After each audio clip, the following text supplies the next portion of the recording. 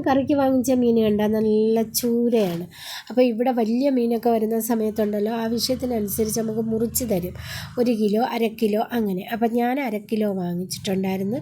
അത് തൊലിയൊക്കെ കളഞ്ഞ് ക്ലീനാക്കി അങ്ങോട്ട് മാറ്റി വെച്ചിട്ട് മുരിങ്ങയില നുള്ളി വെച്ചു. പിന്നെ വെണ്ടയ്ക്ക വാടിയതായിരുന്നു, എന്നാലും കുഴപ്പമില്ല. അത് ഉപ്പിട്ട വെള്ളത്തിൽ താത്ത് വെച്ചതിന് ശേഷം മീൻ കറി വെച്ചെടുക്കുവാണേ. അപ്പോൾ അരപ്പൊക്കെ റെഡിയാക്കി മീനിട്ട് വെന്ത് വന്നപ്പോഴത്തേക്ക് കറി അങ്ങോട്ട് ഇറക്കി മാറ്റി വെച്ച്. പിന്നെ വെണ്ടയ്ക്ക എണ്ണയിൽ നല്ലതുപോലെ വഴറ്റി അതിൻ്റെ ആ ഒരു കൊഴുപ്പൊക്കെ മാറിയപ്പോൾ അരപ്പും ചേർത്ത് കൊടുത്തിട്ടുണ്ട്. ഇനി ഉപ്പൊക്കെ ഇട്ട് തിളച്ച് പോവാതെ നല്ലതുപോലെ ഒന്ന് ചൂടായി വരുമ്പം ഇറക്കി അങ്ങോട്ട് മാറ്റി വയ്ക്കാം.